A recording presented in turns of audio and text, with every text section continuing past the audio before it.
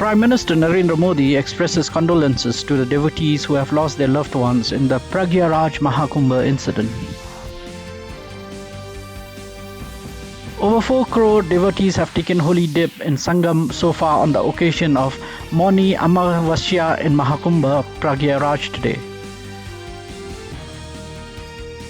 The Supreme Court is scheduled to hear the Sumoto Ajikar case today. The case addresses the safety of medical professionals initiated after the brutal rape and murder of a trainee doctor at Ajikar Hospital in Kolkata. The Joint Committee of Parliament on the Waqf Amendment Bill 2024 today adopted its draft report. Nagaland Chief Minister Nephew Rio officially launched the inaugural session of Nagaland Super League 2025.